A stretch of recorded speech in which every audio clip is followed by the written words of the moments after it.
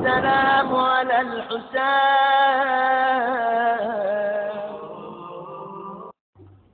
اگر دعا میں حسین مظلوم کا واسطہ دے دیا جائے،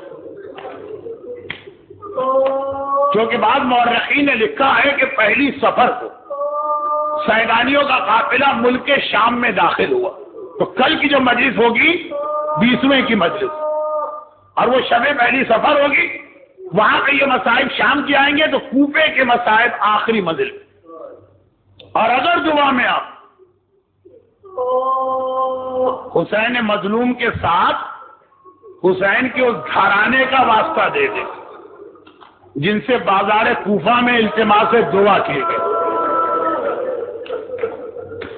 سیدانیوں کا لٹا قافلہ کوفے میں داخل ہو گئے، دروازہ در کوفہ نظر آیا، شمر نے وہ رسی کھول دی جس سے سکینہ کو باندھا گیا. شہر میں یہ قافلہ داخل ہوا، سجاد کو اونٹ سے اتار کے پیدل چلایا گیا، سکینہ کو پھوپھی کی گود میں بٹھا دیا گیا. اب یہ قافلہ شہر کوفہ میں داخل ہوا.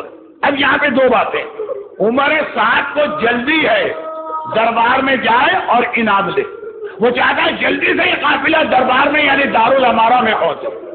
ابن زیاد کہتا ہے کہ رک جاؤ، ابھی میرے دربار میں نہ آنا، بازار کوفہ میں قافلہ روک دو.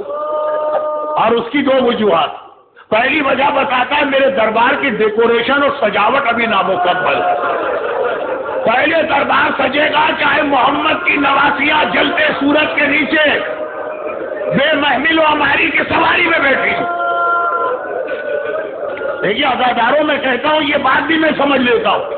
اس کا دوسرا جملہ کہتا اور میں یہ بھی چاہتا ہوں کہ کوفے بھر کے سارے مرد اچھی طرح سے علی اور فاطمہ کی بیٹیوں کا تماشا دیکھیں. ایک لمحے میں ان کو لے کر آ گئے، میرا دل مطمئن نہیں ہوگا. اتنی دیر انہیں کھڑا کرو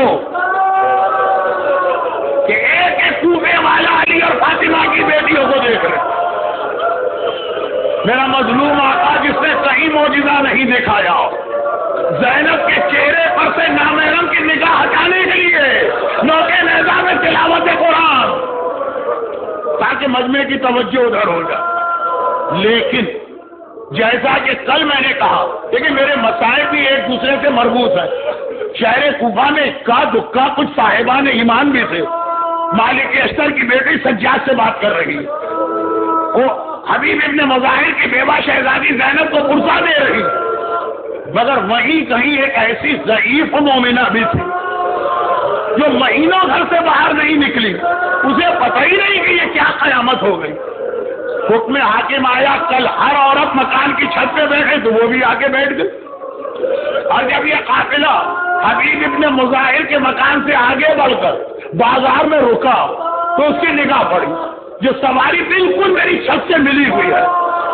ایک ضعیف بیوی سفید بالوں سے چہرہ چھپائے ہیں، لیکن ان کی گود میں ایک عجیب سی بچی بیٹھی، کانوں پہ جمع و خون یہاں سے نظر آ رہا، رخسار پہ تماچوں کے نشان، اور سارا کرتا تازہ تازہ خون میں بھرا ہوا.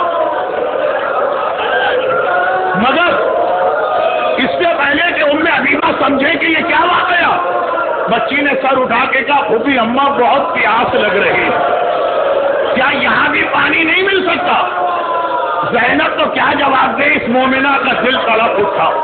اللہ اللہ، یہ بچی اتنی پیاسی ہے کہ جسم کے خون کا احساس نہیں، زخمی کانوں کا خیال نہیں. پانی دوڑ کے گئی، ٹھنڈا پانی لے کے آئی، ہاتھ بڑھا کے بچی کو پانی کا کوزہ دیا. بچی نے پانی لیا، کیونکہ پتا ہے کہ پانی کا سوال حسین نے بھی اصغر کے لیے کیا ہے. یہ شان اہل بیت کے خلاف نہیں، یہ پانی لیا، پانی پینا چاہتی.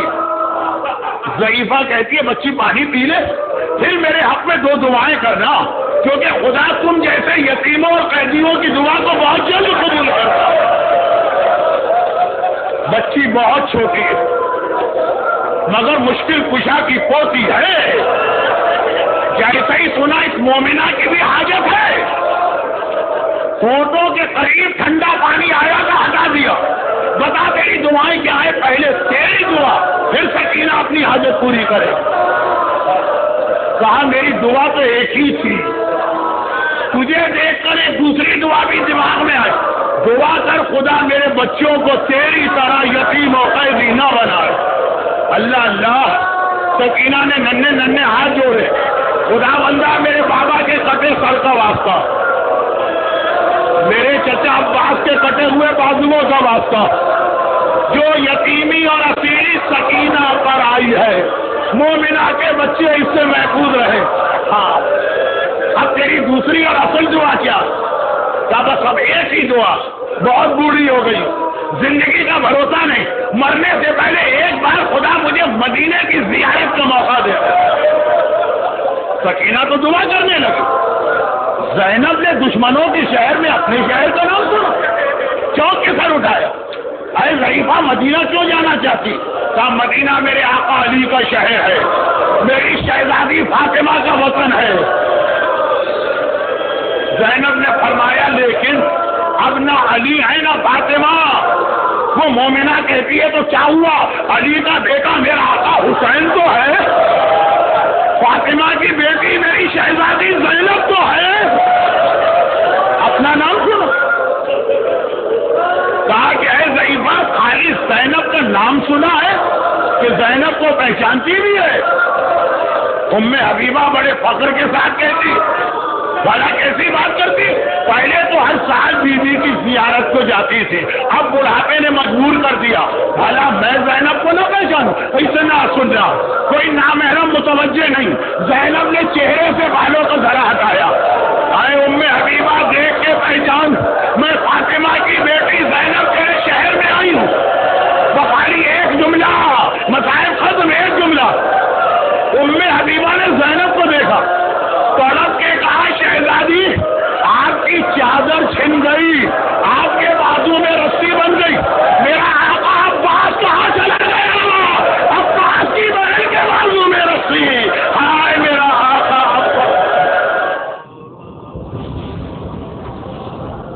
السلام علی الحسین